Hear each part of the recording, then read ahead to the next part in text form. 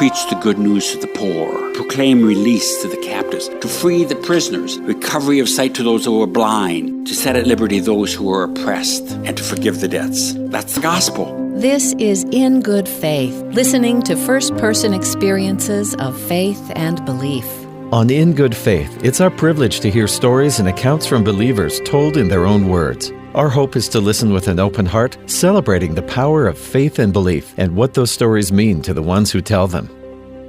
It's my privilege to speak today with the Reverend Canon John Peterson in his room at St. George College in Jerusalem. He's the former Dean of St. George's College for 12 years, the Secretary General of the Worldwide Anglican Communion for 10 years, and currently Director of the Center for Global Justice and Reconciliation at the Washington National Cathedral. Canon Peterson, an honor to speak with you today. Thank you so very much. So let me ask right off, what brings you to the Holy Land this trip? Well, the reason I'm here for this trip is because of a potential relationship with MD Anderson in Houston, the great cancer center. The church in Jerusalem is exploring the possibility of establishing a cancer center in Gaza. It would be the first cancer center in Gaza. And to do that, MD Anderson might be our likely partner. And so that's the reason I'm here right now. So you see a great need for cancer treatment there. Is there any kind of treatment presently? No, there is no cancer treatment now. If someone gets cancer, they can hope that they can get a permit from the Israelis to leave Gaza to come to Jerusalem or to Jordan, to Amman, to the King Hussein Cancer Center in Amman, or the Augusta Victoria Hospital on the Mount of Olives here in Jerusalem. But if you don't get that permit, we've basically gotten your death warrant.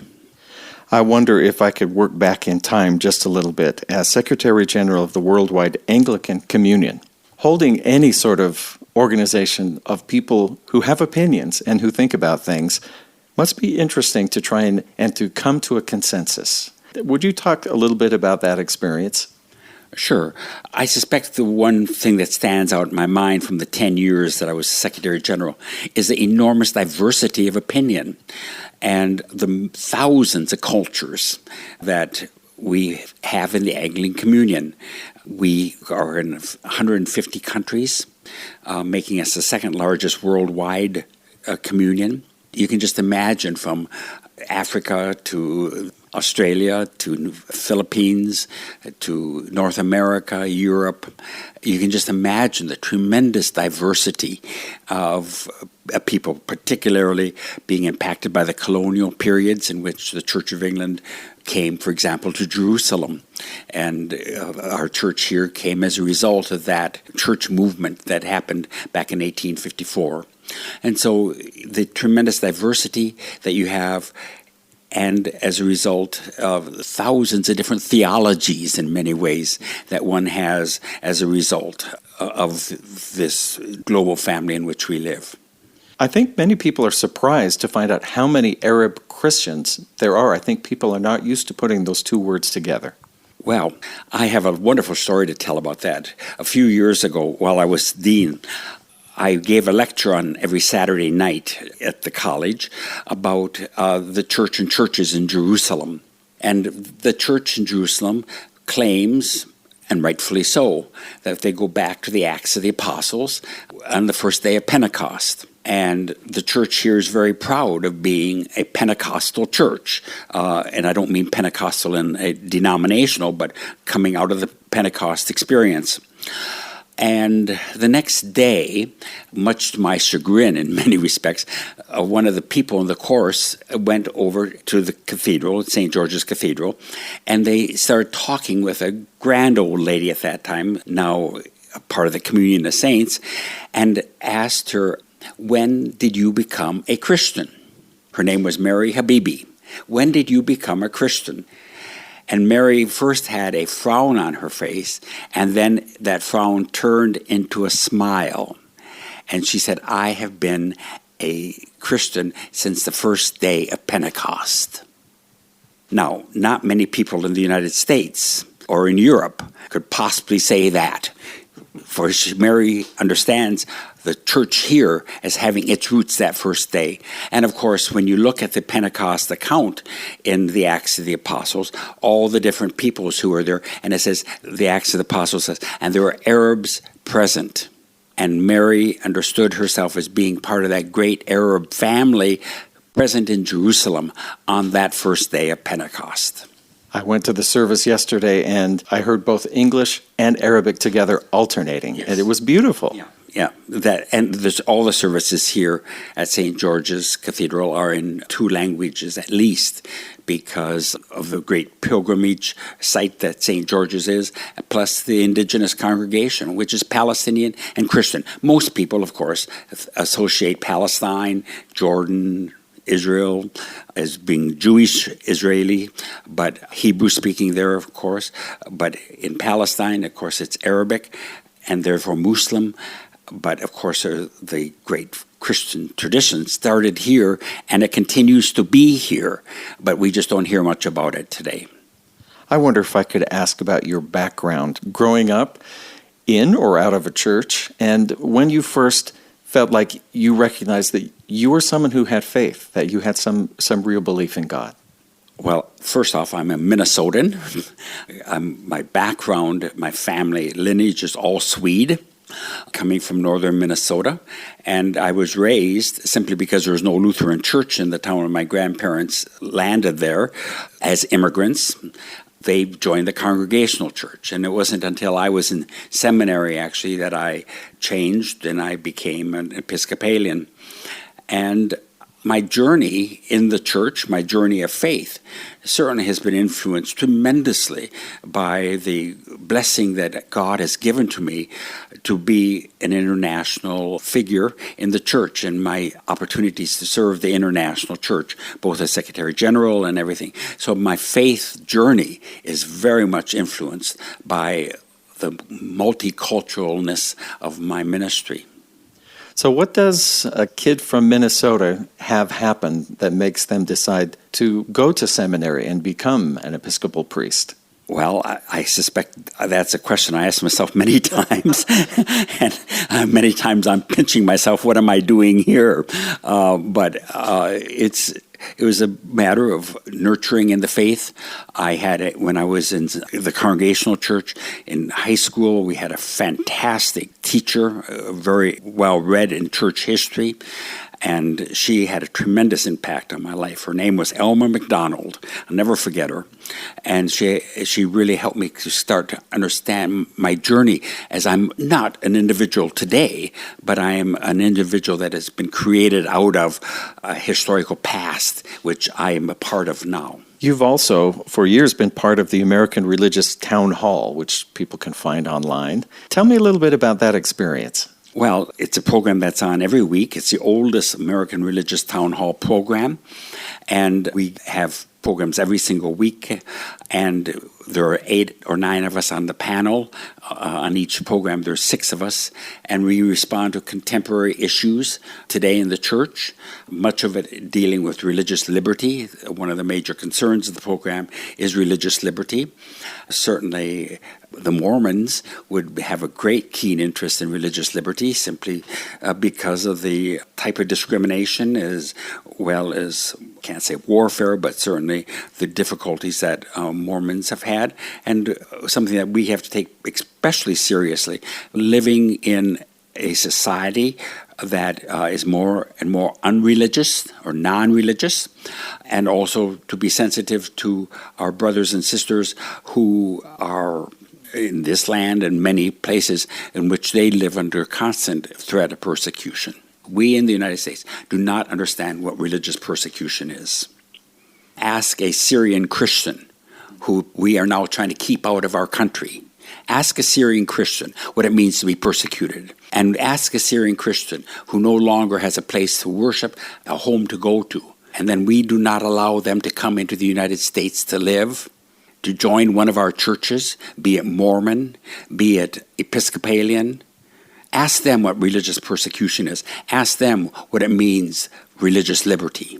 With your work here in the area, do you have any accurate estimate of how many Christians there are in the Middle Eastern area? The figure is certainly dropping significantly. I suspect of the total population in Israel-Palestine today, the most optimistic figure that is given that is Christianity is 2% of the population. I don't believe it for a minute. I think that the number is perhaps between 1.5, and that might even be high. I mean, Christians have basically immigrated from this land. And now throughout the whole Middle East, certainly the Syrian situation. I have many friends, actually Christian friends, living in Syria, particularly in the Latakia area, and they're leaving. They cannot live there anymore. You find the same type of crisis today in Egypt for sure. Lebanon is holding on for dear life. But Lebanon has really dealt with the issue quite well because within their own governmental structures, they recognize Christians, they recognize the Sunni Muslims and the Shia Muslims. And so their government is formed with those tripartite workings, which is certainly something that other countries I would recommend trying as well. That doesn't mean that for a second that Lebanon doesn't have its problems, but Lebanon is at least trying to work with the diversity within their cultural, religious traditions. I wonder if I could go for a minute from global to personal. What are the things, whether it's religious observance or the work you do, that make you feel like you're in touch with God in a personal way, or that God is working in your life? Well, I think that's an extremely serious question, and I would hope that any response to a question like that is done reflectively, because so many times I think that we might all think that we are working for the benefit of the church, etc. And I think we have to be very careful that it isn't simply for our own self-aggrandizement. That being said, when one has an opportunity I serve on a couple of children's center boards here in Jerusalem, and to be able to see and to be able to work with, to be able to raise money to enable these children's centers to be able to start dealing with problems that are just as serious here as they are in the United States, like autism and the different disorders.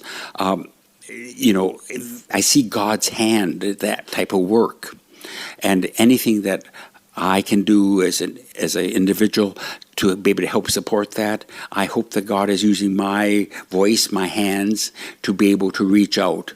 But we have to also be careful, because so much of the Christian movement, for example, during the colonial periods, was not necessarily to carry the gospel. That was a pretext for doing it, but much of it was for the glory of England and establishing the monarchy in different parts of the world, etc. So I think that we have to be very careful in relationship to how we understand proselytizing today, what we do, and that we should have the pure motivations that we do this because of Jesus, and how important that manifestation of that God-man is in relationship to who we are as a human being. And our call, therefore, to be like Jesus, to be that icon, to be able to reach out to the poor, the oppressed, the destitute. That seems to be the core of the gospel. And if we do that in the pureness of the heart, then Jesus will smile on us. And you feel that? Inshallah, yes. I'm also very careful never to blow myself up or anything else. That's not the issue. The issue is what we do and how are we supporting the work that Jesus calls us to do. If you look back on the vantage of several decades of experience as a believer, a member of a faith, an administrator, a preacher, all of the different aspects that you've been involved in, are there things that you've come to feel differently about, or that you would speak differently about now than you would have then, as you've made your journey through your faith? Oh, of course. It helps to be an old man like I am, because one's faith is, of course, it is never something that is static. But every experience you have gives a new dimension to that faith.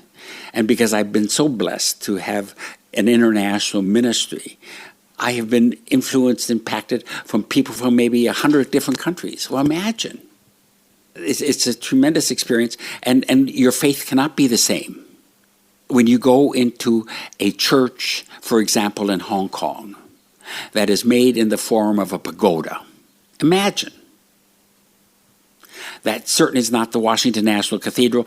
That is not your temple in Salt Lake City. A pagoda. And I just think that that's a marvelous experience to be able to enter into a different cultural understanding of who Jesus is. And it's bound to impact you as a human being when I'm preaching there.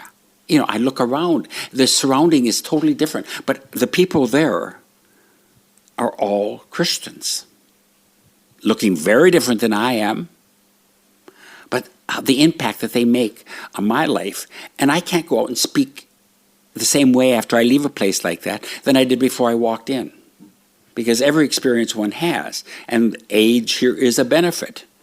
You just have such a greater well to draw upon. I wonder if you have a scripture or a parable or a story that is kind of a touchstone for you, something that you use to reflect on and that's particularly meaningful to you. Well, without a doubt, the gospel that is most important to me, not most important, yes, it is. It's the most important to me because it's Jesus' first sermon in Nazareth, in which he really presents his ministry and the challenges of the ministry. He gives this great sermon in Nazareth, and actually, on one of your trips, you as the listening audience make to Nazareth, go to Christ Church Nazareth, the Episcopal Church, the Anglican Church in Nazareth, because in Arabic, in front of the altar, is this text from Luke 4. And it's wonderful to be able to see it in Arabic. We can't read it, but we can all know exactly what it says. The Spirit of the Lord is upon me because he's anointed me to preach good news to the poor. He has sent me to proclaim release to the captives and recovery of sight to the blind, to set at liberty those who are oppressed, and to proclaim the acceptable year of the Lord. 5 things Jesus lays out.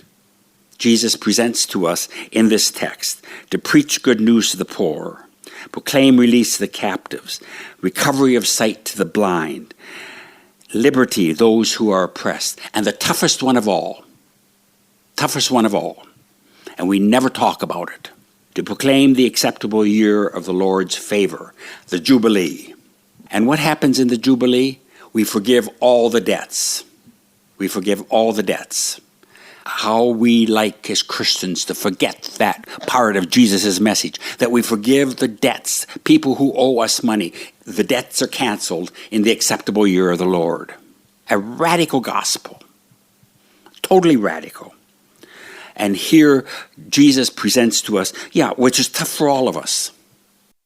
If I could live my life being able to fully live into this gospel, preach the good news to the poor, to proclaim release to the captives, to free the prisoners who are in our jails, unwarranted, with no hope, recovery of sight to those who are blind, to set at liberty those who are oppressed, despised, rejected from society, and to forgive the debts.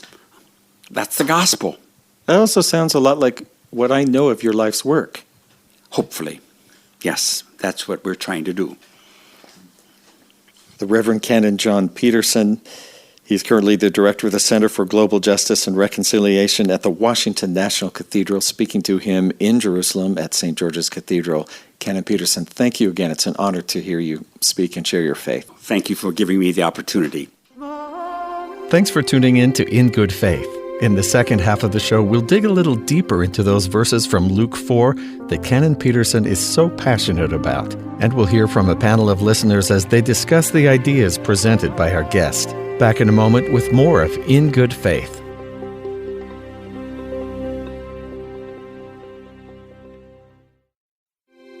This is In Good Faith, listening to first-person accounts and stories of faith and belief.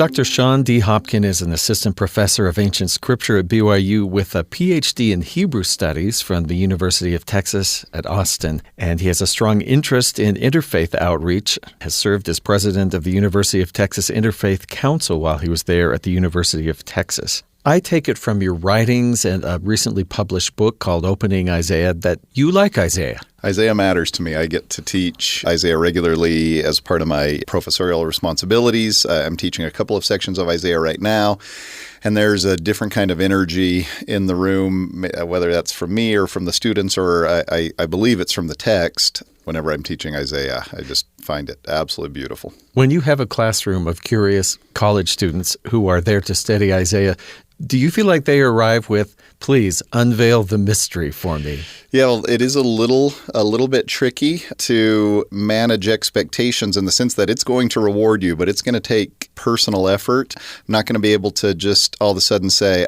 here is the answer to this verse in Isaiah. It's just not how Isaiah works. You dig, and then you come back and there's more, and you come back and there's more, but it's all personal effort rewarded. I'm trying to give tools to guide people in the right direction. Well, you're in good company, because it seems that Jesus liked Isaiah too. There are a lot of prophets that were fond of Isaiah. That is the truth. I invited you specifically to talk about some verses that our guest Canon Peterson brought up. This is sort of a touchstone for him in what he's based his life ministry on. Is this the enunciation of his ministry? Yes. Yeah, that is clearly what he's doing and how he's portrayed in Luke. This is the moment he is going to say, here's what I'm here for. And the passage has, the Lord hath anointed me, and that word is significant. I am Messiah. I am the anointed one is the way we should probably understand what he's saying there. Is that the phrase? Is that why he chose this particular passage, do you think? Well, it certainly is bold in that sense, right? So he's not holding back. He is saying, this day are these words fulfilled in your ears. The Lord hath anointed me. He's been anointed by the power of the Holy Spirit to go forth. But then the description, of course, is just so beautiful. And he's trying to point them towards what his role will be.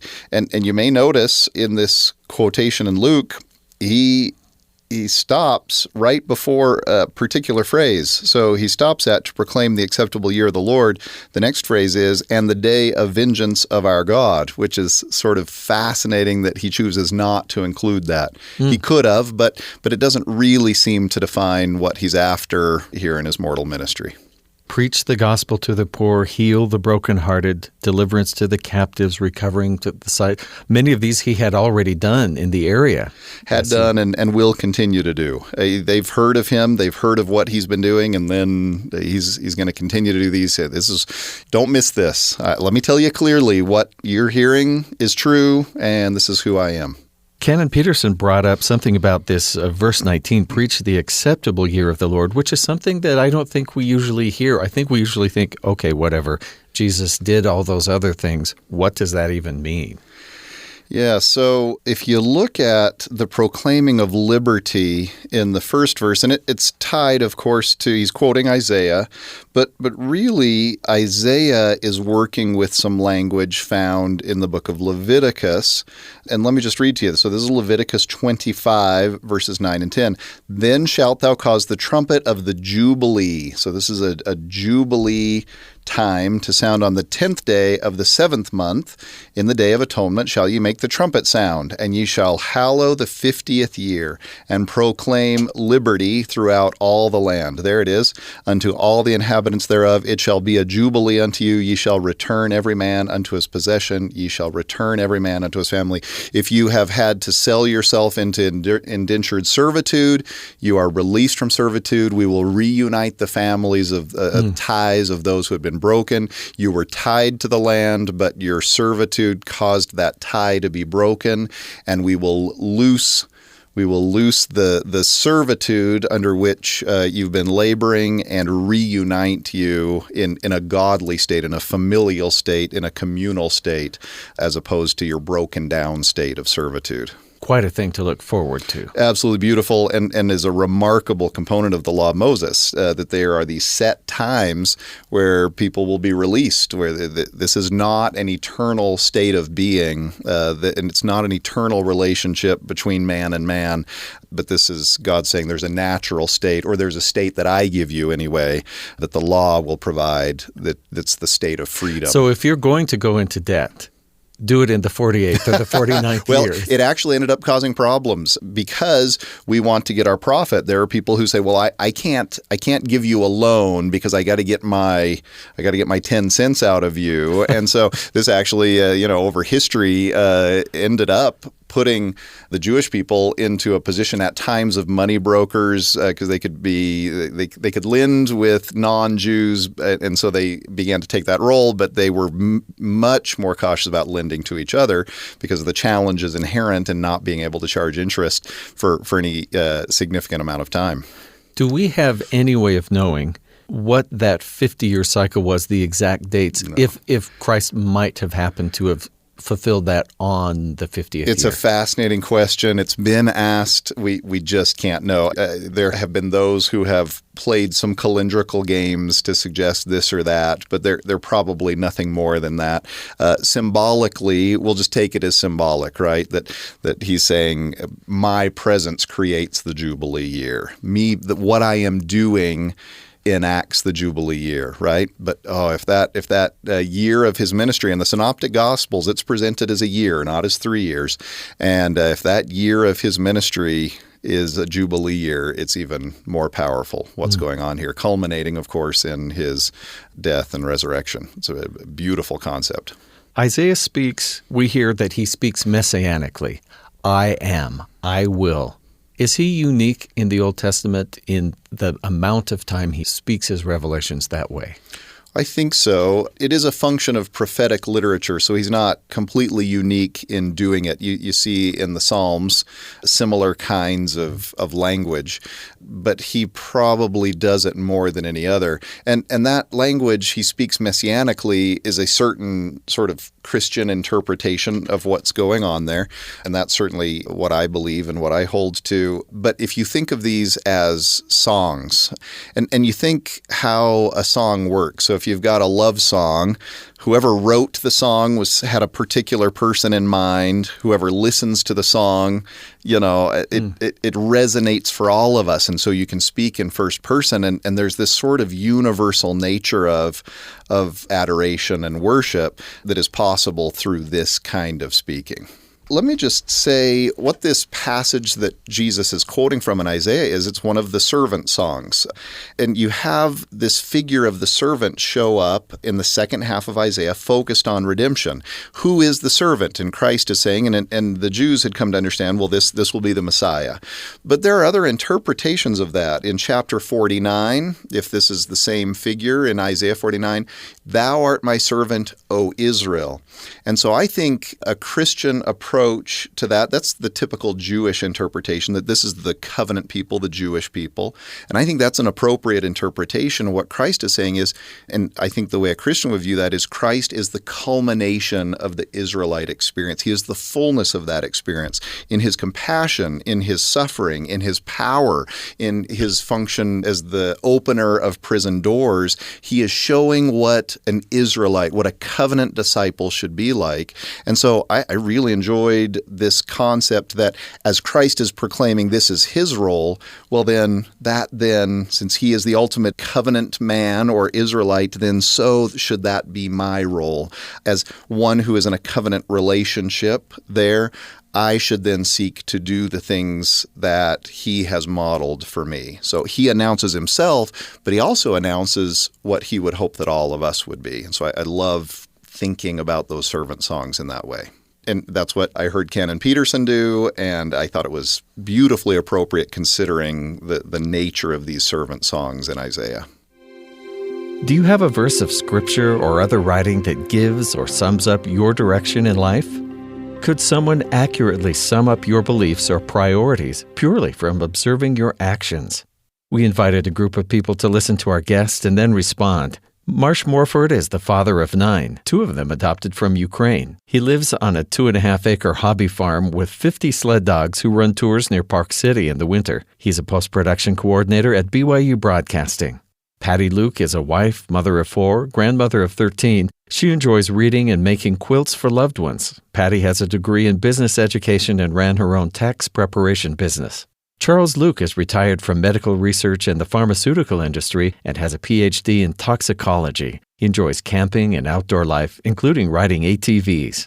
Peggy Woodruff is mother of 6, grandmother of 7. She's a reader, gardener, music lover, and reluctant friend of the deer who eat her vegetable garden.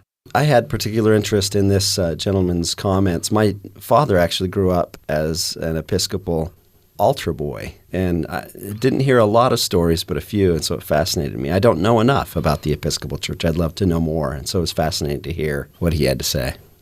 I had some links with him, too, because my mother's people, originated back northern Minnesota, Chicago. They were Lutherans and Congregationalists, some of them, too. So this sounded like we had some common background. But I would have liked to hear how he came to God, whether that was just instilled in him as a child or whether he had had experiences that brought... He referred to them but wasn't very specific. And it made me think of my own journey to God. When I was a child, I didn't assume there was going to be anything after life, and I would lie in bed at night and I would think, what would it be like? What's it going to be like to just stop existing? And to go from that to the point where I knew that God was interested in me, I was about 17 years old, was really an amazing journey. I would have liked to hear more of his. I think that's an interesting question with regard to talking about religion, talking about faith. Is it more important to discuss official, formal, or be more personal? It's a very different experience. I know when I hear someone speak or teach something along a religious vein, I am always drawn more to a personal experience myself, and it triggers memories and experiences of my own. It seems to me like there are different types of testimonies, if you will, or different types of beliefs. One of them comes from your head, which is what he talked about a lot. The other one comes from your heart and how you feel. And he talked about that as well, about some of his experiences. And I think that gives you feelings that goes greater than your intellect or your intelligence as far as belief in God goes. I liked Reverend Peterson's comment where he said, every experience you have gives a new dimension to your faith. And I can see that in my own life, where every experience I have builds upon my faith, whether it's a good experience or a bad experience. It increases my knowledge and helps me to be a better person. He said that it's important that we follow Jesus. And I think that's what our faith ultimately leads up to, is us trying to become more like our Savior, Jesus Christ. Each experience that we have in life helps us do that. We either draw closer or we draw farther away. And clearly he has had a wide range of experiences where he has gone out to do good for people. The Children's Center, the Cancer Center, where there is no place for people to go to consider treatment. Clearly, he's just gone about doing good. It was good to hear that. I wish I had had another half hour of him talking about his going about and doing good experiences, although he may have been too humble to toot his own horn. But I bet there's a lot there behind what we heard. That note that you brought up, Patty, about experience bringing new dimension to our faith, one thing that I've noticed throughout life is that until I experience something, I lack an understanding. I lack an empathy for others. And I've often wondered if that isn't perhaps the greatest reason for our existence, is to come to know. And we have to maybe, like this gentleman, have to be willing to go out and experience. We can't remain in a closed environment, afraid to go beyond our fears and our comfort zone. Case in point, we spent some time living in Brazil, and during that time there was a day of service that we decided to participate in with the local congregations there, and we went to a public school. Well, I had heard about public schools, and I knew that most Brazilians who could afford it sent their children to private schools. But we decided to go and help this one particular school, and we walked in, and the classrooms, not a book, not a pencil, cupboards empty. There were desks that were carved into on every conceivable space, names and so-and-so loves so-and-so, and the walls hardly an inch without graffiti, and the hallways just beaten up. We were just astonished. Suddenly we knew about public schools, and we went ahead and we got sanders and we sanded off all the desks and we painted all the walls. And I was horrified because they were painting at the same time they were sanding, and I thought there's going to be dust all over these walls. And so I was a little bit horrified. I thought they're not going to like this job at all. The next day we found out how thrilled they were to walk in and find clean hallways and clean desks. And I believe there was also a donation of books and school supplies from a certain thing. Giving service to people you haven't known about before really does add that layer of understanding, doesn't it? It does. It does. And I know that Reverend Peterson also mentioned religious freedom, religious liberty, and how we here in the United States don't really understand that.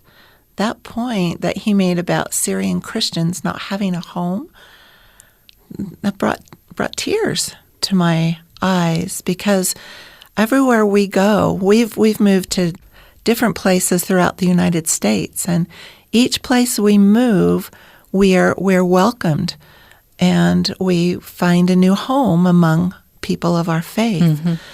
These people lack that, and it made me kind of sad to think about that and to realize how blessed I am to have religious freedom in my life. You're listening to a conversation in good faith with a group of listeners sharing their thoughts on the first half of today's show with Canon Peterson. Now back to the conversation. I wonder how open we are to others of their faith. I think there's a challenge sometimes. We want to make others like us, and in that way it adds value. Mm-hmm. That maybe gives us purpose to reach out.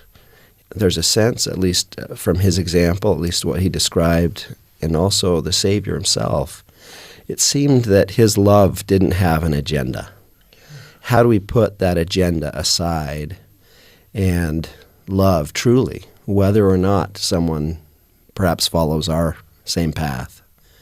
I know that's a question that I have asked throughout my life, and I question whether my love is sincere for others, maybe who don't think like me, don't look like me. Mm-hmm. That's a good point, Marsh. I appreciate that. Also, Reverend Peterson brought up the Savior's declaration of his mission, the 5 points of that. And as I thought about his remark about how each of us should be motivated to serve, I thought, he said one of Christ's missions was to free the prisoners. He specifically talked about jail, but the thought came to my mind that there are lots of different kinds of prisons, not just one with bars, but different kinds of prisons. And it's up to us. I think those people in Brazil, those poor children, they were in a prison, in a sense, in that public school. And you went in and freed them for maybe just a moment until those desks were carved up again with graffiti. But he also mentioned that one of the Savior's was to give sight to the blind. And how many of us are blind in different ways other than physically blind, but different things that we can't see in life. I love those 5 points that he talked about. Yeah, reaching preaching good news to the poor, releasing captives, helping the blind to see, liberty to the oppressed, forgiving debts, everything talking about redemption and relief and release. And I thought, how different is that than some elements in our culture who are determined, you got to hold their feet to the fire. You've got to make people pay. You've got to hold them to a certain standard. And what a soft and wonderful feeling it is to think of just delivering relief and releasing captives and helping people find a home. We've had a special little Christmas this last holiday season.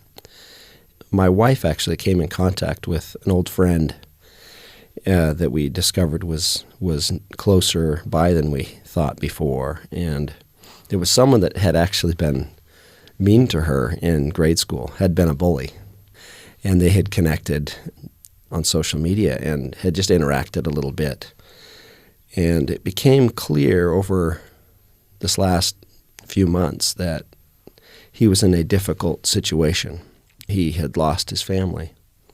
He had made some choices and ended up in jail. And my wife desired to reach out to him. And at the time, actually, he was without a place to live. Either he was getting back on his feet, overcoming some addictions.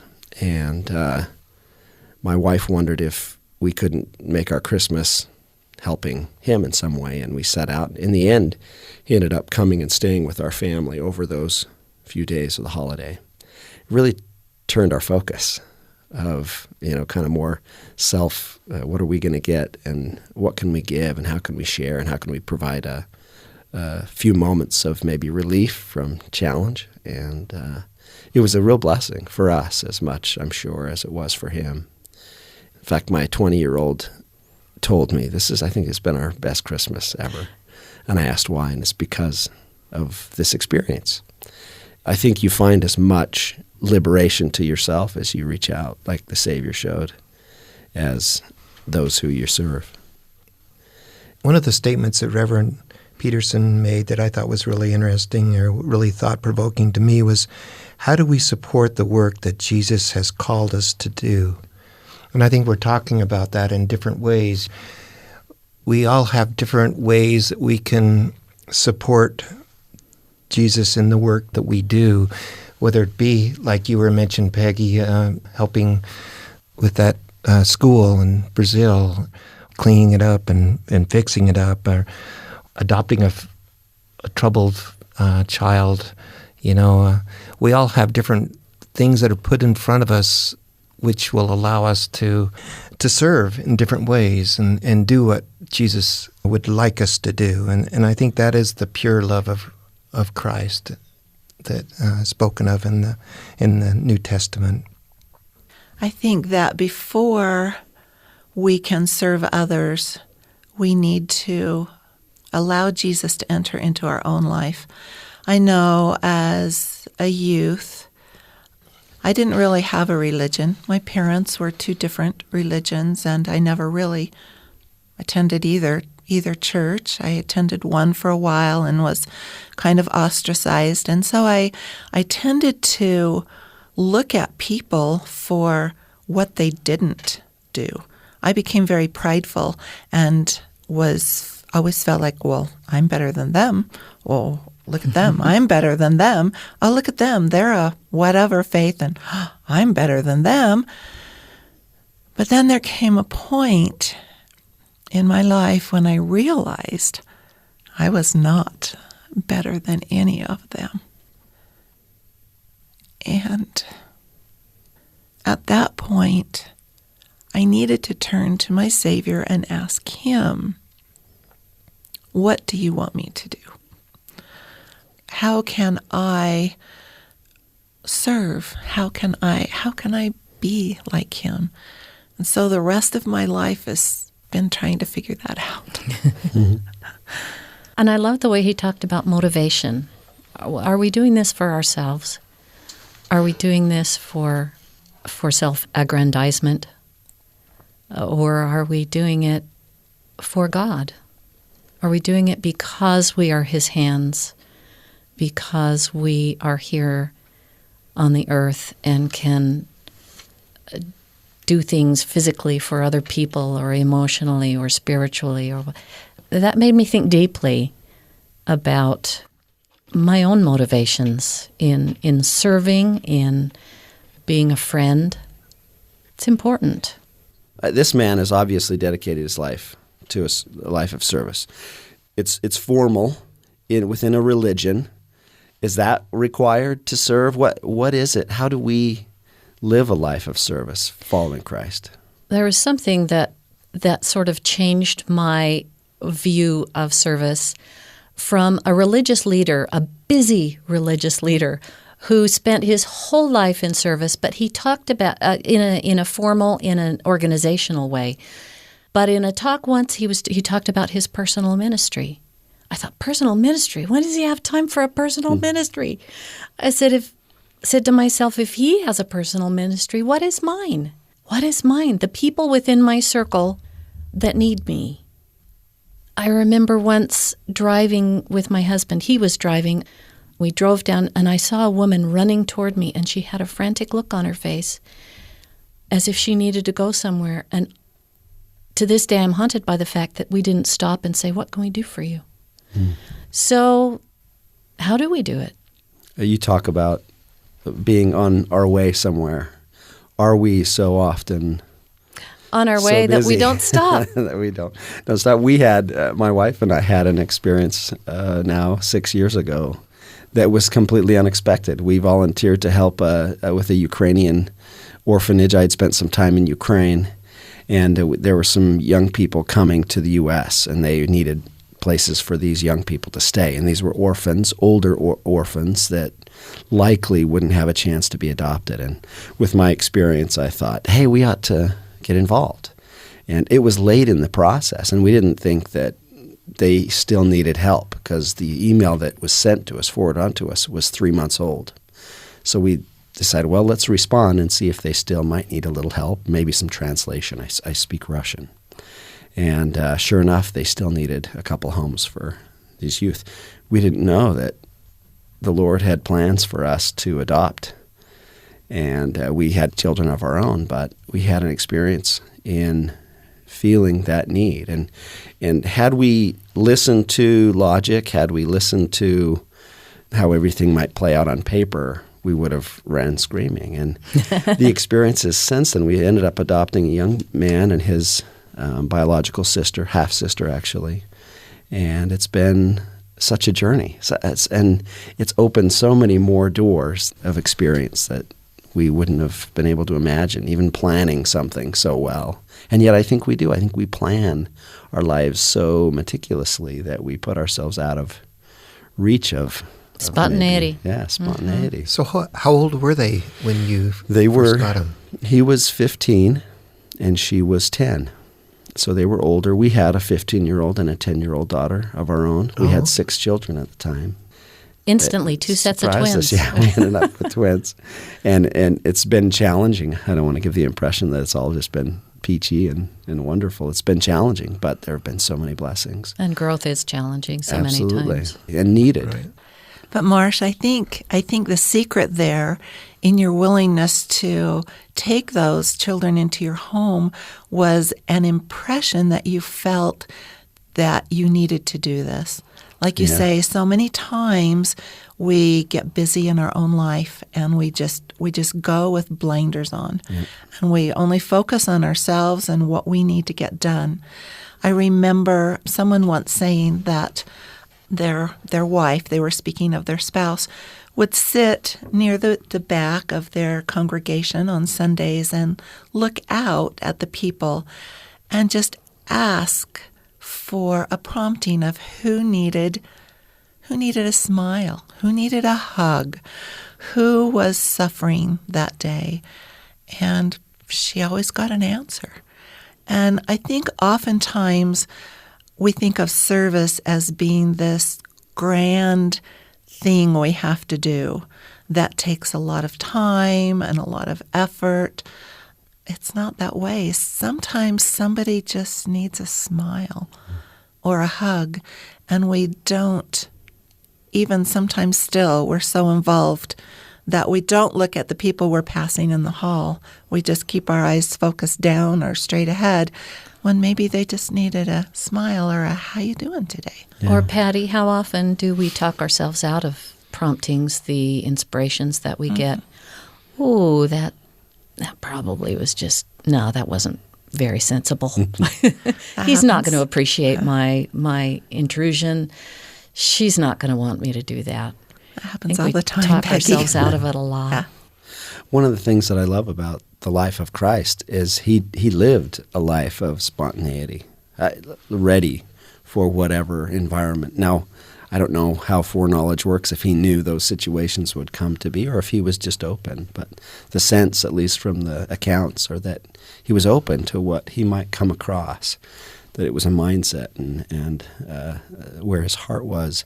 So often I know I get caught up in, I've got to earn a living, I've got kids, I've got to get to this and that. And my wife and I have discussed often, what are we doing? What are the things that we're doing so we can do what we're really doing? And so often I think I go, well, I'm trying to earn a living or I'm trying to do this. And Christ seemed to, if they needed money, they knew it would be provided somehow to pay a tax or whatever, those interactions with Peter. Cutting Really open the ministry, fish and cutting- finding the money you exactly. needed. And there have been experiences that I've had where we've had the faith to go down a path, again, not make sense, and that the fish was cut open symbolically, and we were able to do what we needed to do. But again, it's a challenge. How do you get into that mode? I think it's a matter of prayer. I think it's a matter of asking the Lord each day in prayer, help me be aware To of tap you on the those. shoulder and Yeah. say, look, listen. Because that's exactly what the Savior did. He looked around. He looked at who needed help, and then he provided. As you've grown up and as you've become older, who are the people that taught you how to serve? How did you know that this was important? I had a family that didn't really serve very much directly, but yet I had a mother who taught a little boy how to read with, asking for no money and things like that. It just never occurred to me that was service. Yeah, you mentioned your mother. My mom is someone that spent and spends. She's 78 this year, and she spends a lot of time in service. She's a volunteer. And from a young age, I watched her with nursing mothers, helping them, and volunteering with scouts. And she was always the best, the feared merit badge counselor, but once they had her, they loved her. And he talked about a teacher, too, Yeah, that yeah. helped him find his way. We had a substitute teacher when I was growing up that was a great example of what Reverend Peterson was talking about. She would just substitute once in a while when the other teachers were sick or whatever, but she always was positive, and she was always looking for little ways of service. If you did anything that was even remotely good, she was always the first one there to talk about it and really tell you how great you were in doing that. And I remember I was from a farming type community where we were really, to be honest with you, brutal on substitute teachers. But we would always treat Lethe with the greatest respect. That was her name, Lethe Taji, because she would always respect us, and she would always serve us. And we knew she was there as part of a service to us.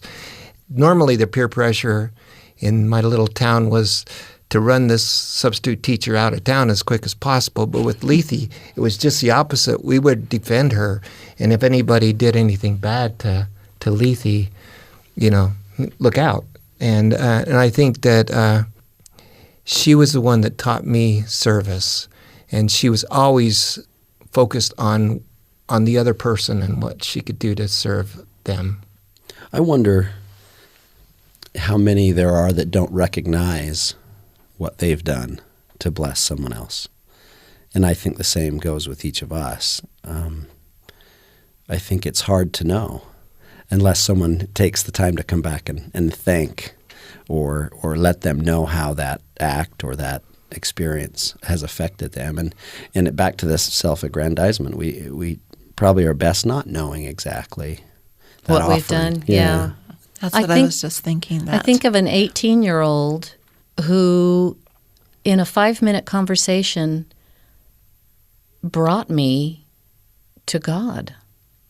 She had no idea what she was doing. She had no clue. But that 5 or 7-minute conversation totally changed the course of my life. Absolutely. I did thank her later. But she wasn't aware at that point, I don't think. You know, when you talk about service and someone who has influenced your life as a good example of service, I think of my grandmother, who had health problems growing up, but never was one to just sit around and pity herself. She would take meals to people. She would, mend clothing. She taught me how to sew. She taught me how to cook. And I'll forever be grateful for that example of service. I think what we've said here is that the whole clue is being outward focused and not inward focused. Mm-hmm. Not worrying about our own image or perspective or circumstances, but to be looking out. That's our time for today. Thanks to our panelists and to Dr. Sean D. Hopkin, especially to Reverend Canon John Peterson for sharing his stories and his faith. In Good Faith is committed to the idea that we all benefit from hearing people of widely varying backgrounds tell their personal experience with faith and belief. In fact, we think people with such experience deserve some of our best listening. We hope you found value in today's conversation. We welcome your thoughts and ideas about the program. Reach out anytime via email ingoodfaith@byu.edu. Find our shows archived online for listening or sharing at byuradio.org/ingoodfaith and subscribe to the podcast in iTunes or wherever you get your podcasts. Today's interview was recorded on location in Jerusalem. This episode produced with help from Marcus Smith. I'm Stephen Cap Perry. I hope you join us again soon, right here in Good Faith.